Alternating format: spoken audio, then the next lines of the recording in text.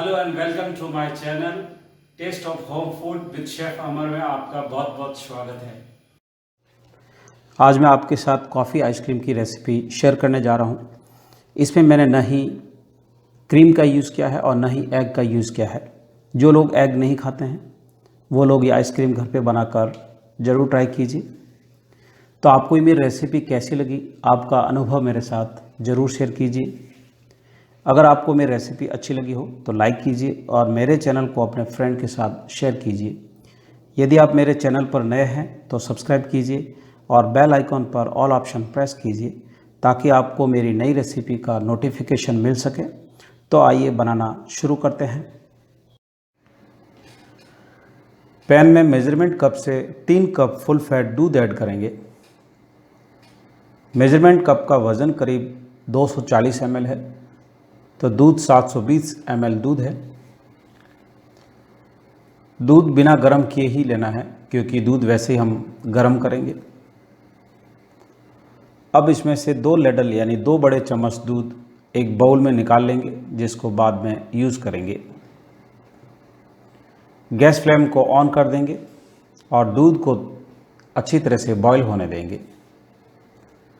Continue हिलाते रहना है ताकि दूध नीचे लगे नहीं। कॉफ़ी आइसक्रीम बनाना बहुत ही इजी है, तो आप इजीली घर पे बना सकते हैं और ये बहुत ही टेस्टी बनकर तैयार होती है। पैन में से जो दूध निकाला था उस दूध में अब 3 टेबलस्पून कॉर्नफ्लावर ऐड करेंगे। कॉर्नफ्लावर को कॉर्न स्टार्च भी बोलते हैं। आप इसकी जगह मैदे का भी यूज़ कर सकते हैं, इवन आटे का भी यूज़ कर सकते हैं। अब चम्मच से अच्छी तरह से मिला लेंगे और उसके बाद साइड में रख देंगे।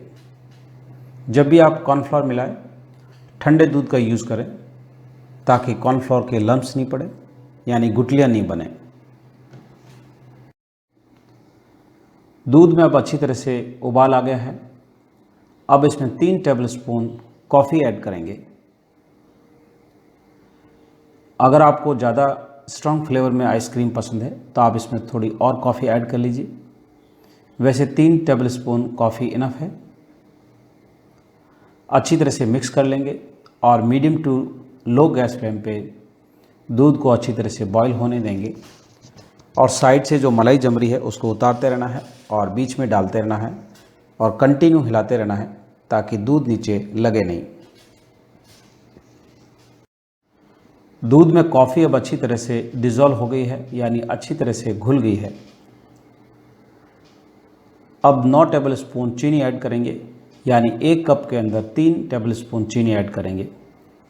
कॉफ़ी थोड़ी स्ट्रॉन्ग फ्लेवर में है तो चीनी थोड़ी सी ज़्यादा ही ऐड करना है। अगर आपको कम मीठा पसंद है तो आप थोड़ी सी चीनी रिड्यूस कर लीजिए।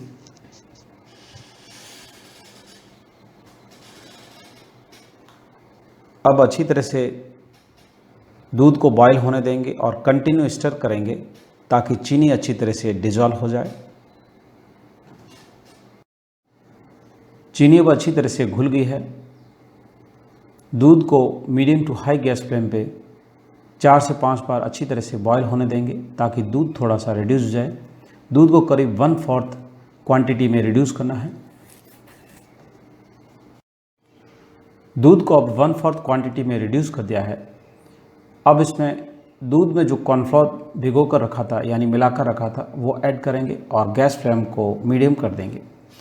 कॉर्नफ्लोर आप एक साथ भी डाल सकते हैं अगर आप मैनेज कर पा रहे हैं, नहीं तो आप थोड़ा थोड़ा करके ऐड कीजिए और मिक्स करते रहिए ताकि कॉर्नफ्लोर के लम्प्स नहीं पड़े यानी गुठलियाँ नहीं बंधे। कंटिन्यू स्टर करते रहना है ताकि दूध नीचे चिपके नहीं और कॉर्नफ्लोर के अंदर गुठलियाँ नहीं बने।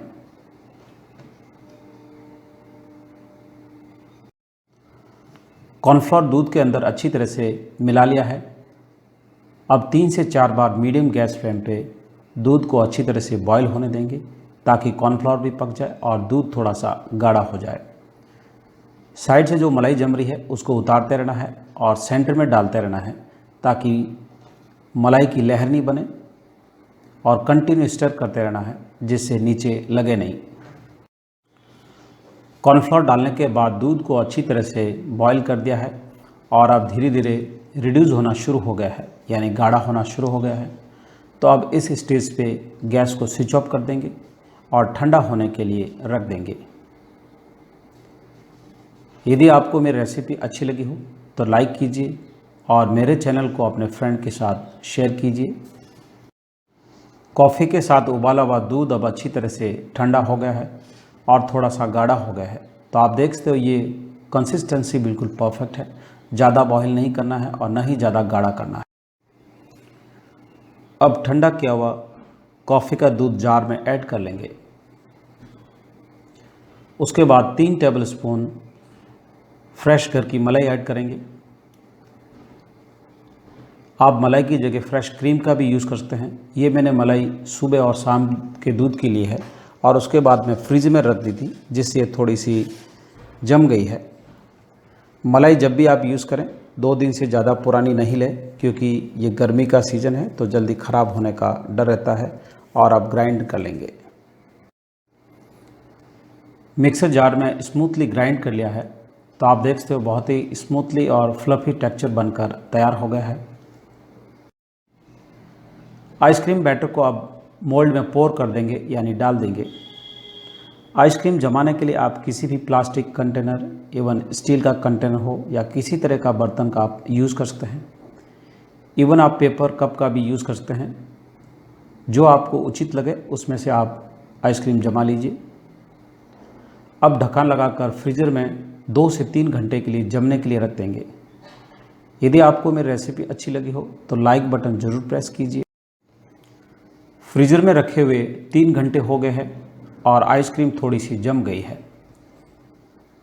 अब इसको स्पून से आइसक्रीम को थोड़ा सा तोड़ लेंगे और जार के अंदर पोर कर देंगे, यानी जार में डाल देंगे और अच्छी तरह से व्हिप कर लेंगे, ताकि आइसक्रीम का बैटर थोड़ा सा स्मूथ और फ्लफ़ी बनकर तैयार हो जाए, जिससे हमारी आइसक्रीम अच्छी एक टेक्सचर में बनकर तैयार होगी।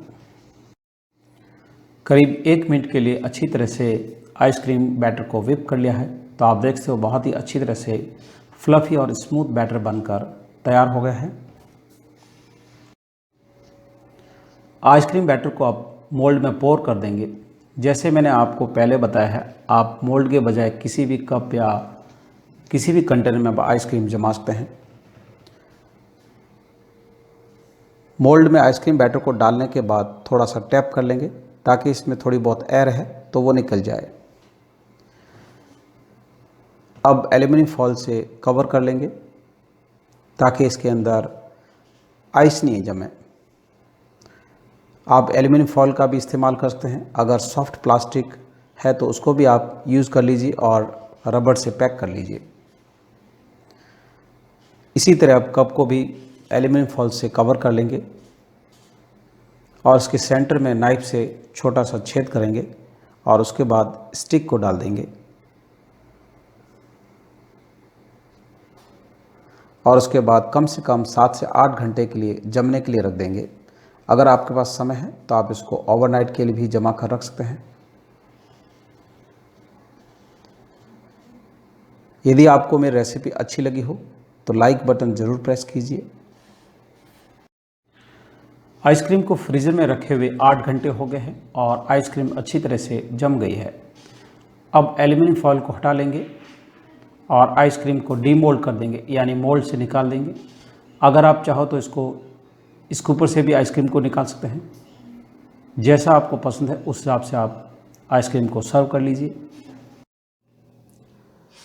तो अब हमारी कॉफ़ी आइसक्रीम बनकर तैयार है और कॉफ़ी से थोड़ी सी गार्निश कर लेंगे। गार्निश करना ऑप्शनल है।